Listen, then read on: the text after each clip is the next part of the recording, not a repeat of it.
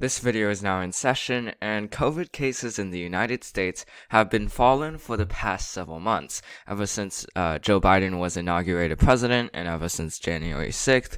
The COVID cases have sharply gone down, and it has kept going down.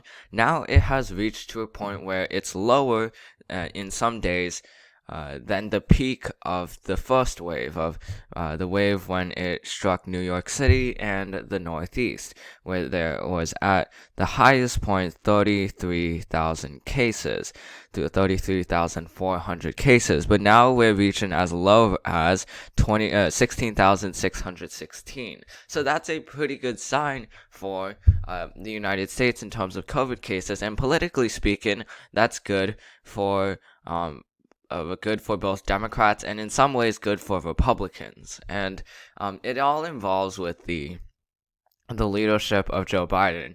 Some may say that Joe Biden did not contribute to a lowered COVID-19 count in the United States, but nonetheless, he's the president, so he takes the credit for everything and he takes the blame for everything.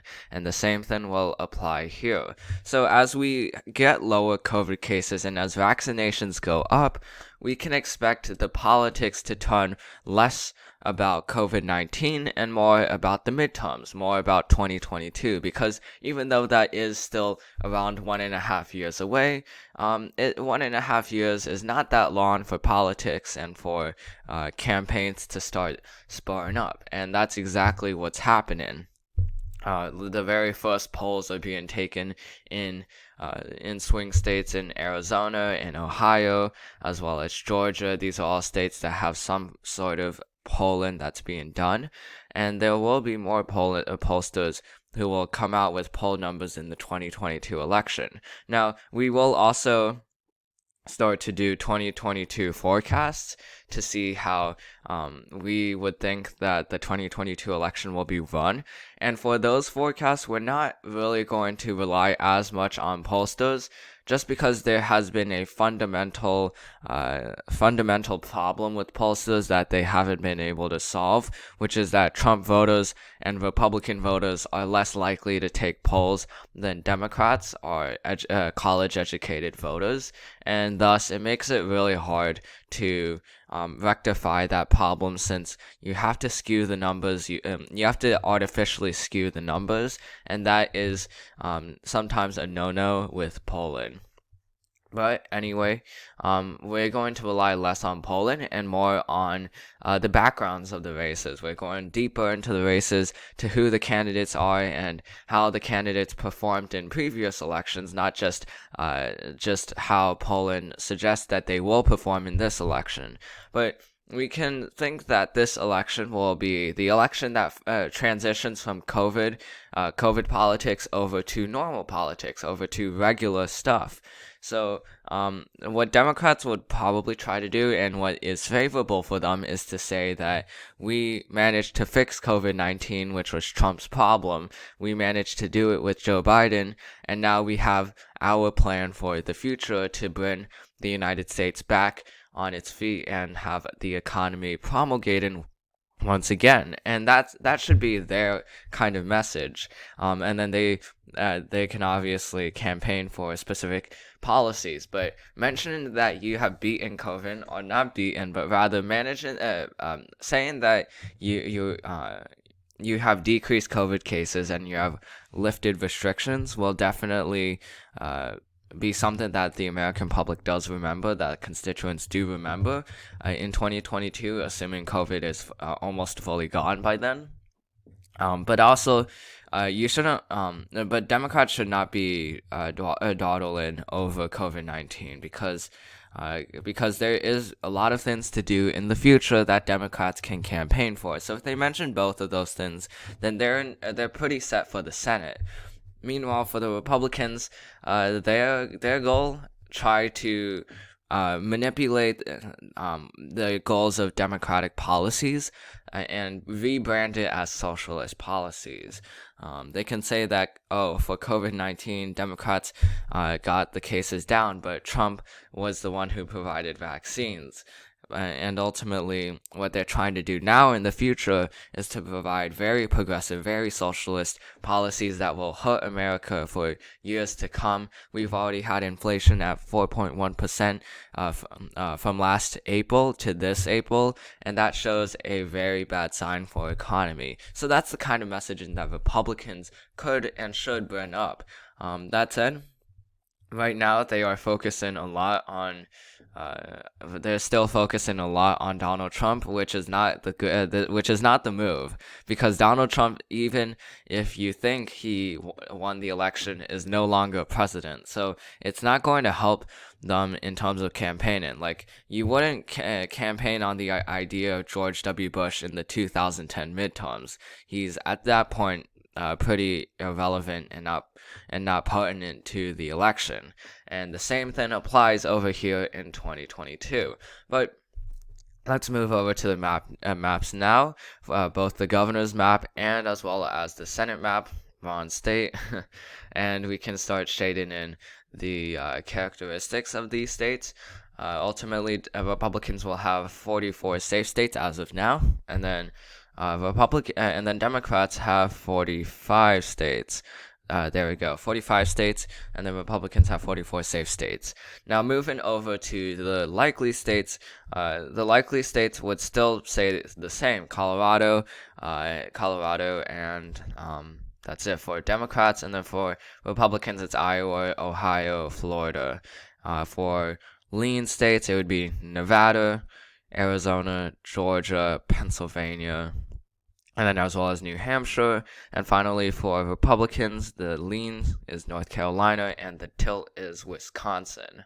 So just by seeing this map and comparing it to previous maps, this map is getting more favorable for Democrats, especially in the Sun Belt with Arizona and Georgia. And the reason why is because they're campaigning on the fact that for Arizona, Mark Kelly is campaigning on the fact that he has done moderation and that he is trying to get bipartisan support.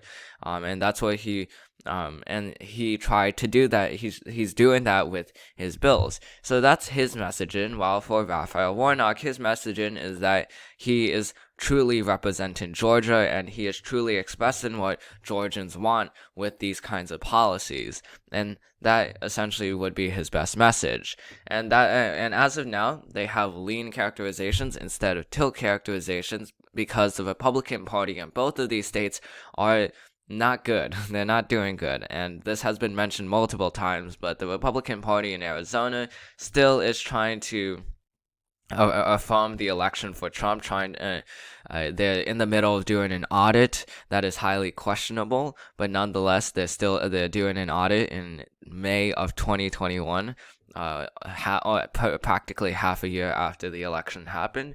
And then in Georgia, they are divided between moderate Republicans, Brian Kemp, and as well as conservative Republicans. And we can see a lot of primary challenges on the Republican side for governor races and as well as SOS races, secretaries of state races.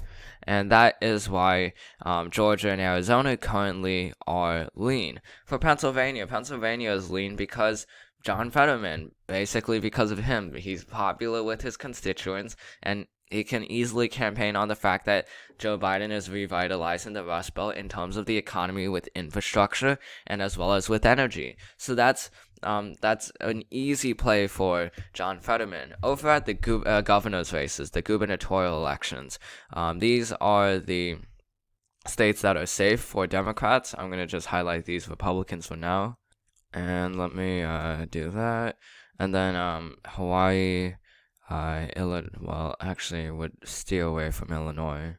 Okay, so those are all the safe states for Democrats. For Republicans, the amount of safe states is way wider, not Kansas. Oklahoma, Arkansas, Tennessee, Alabama, South Carolina, and I think those are the states.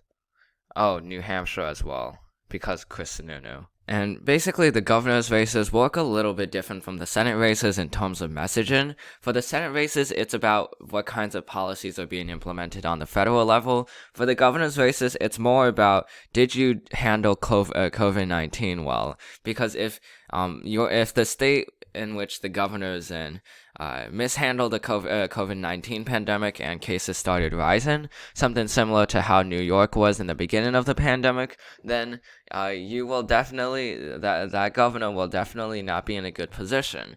Obviously, New York has since rebounded, but Andrew Cuomo is also facing other scandals. For now, though, it is a safe characterization. But if you're in a state like Michigan, you're certainly going to get questions about your COVID-19 response, even if it is getting better right now. And if you're in a state in like the Sun Belt, like Texas or Florida, that is semi-democratic, mostly Republican, you'll probably get questions about why is your vaccination campaign not doing well, and that will be questions that Governor DeSantis of Florida and Governor Abbott in Texas will face. For Texas, it's obvious that the snowstorm is also going to be questioned.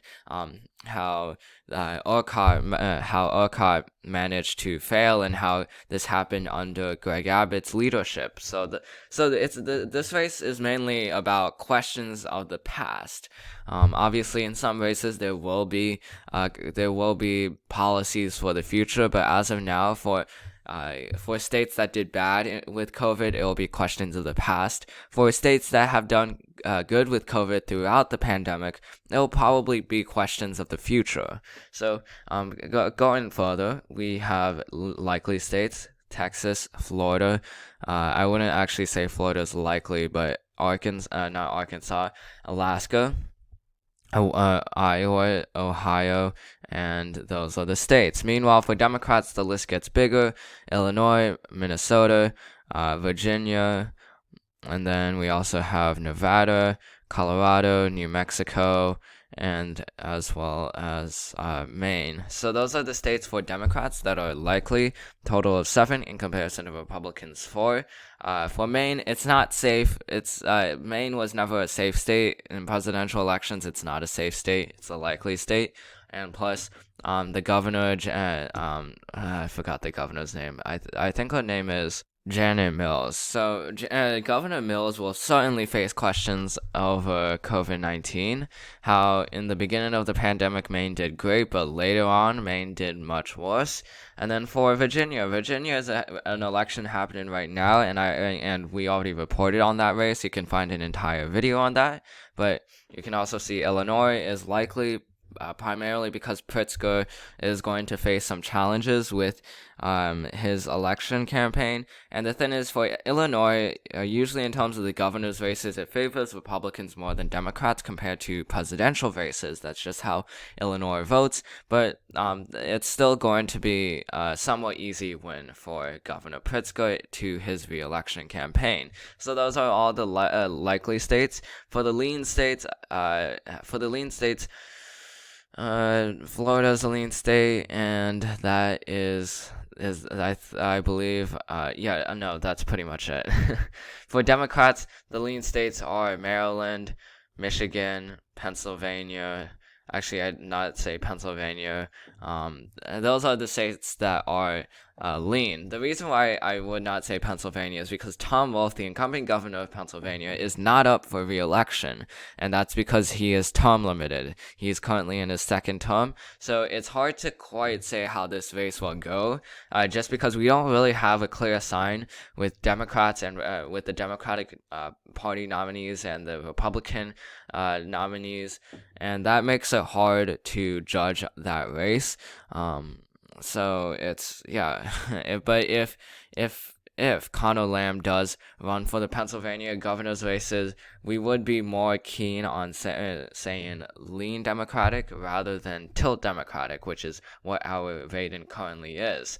For Wisconsin, we'd also say that's tilt Democratic. And then for the Sun Belt, we'd say that Georgia is tilt Republican, Kansas is tilt Democratic, and Arizona is a complete toss-up. So those are the races right there, and this is based on the COVID-19 pandemic with cases going down. For some states, it might benefit governors. For others, it might not. But ultimately, Joe Biden is the winner in the short term because of these lowered COVID-19 cases. But because we don't have to talk about COVID-19 as much, Republicans benefit in the fact that they can now campaign on saying that the Democrats' policies are socialist. So that's the end of this video. I hope you enjoyed it. This video is now adjourned, and I'll see you in the next one.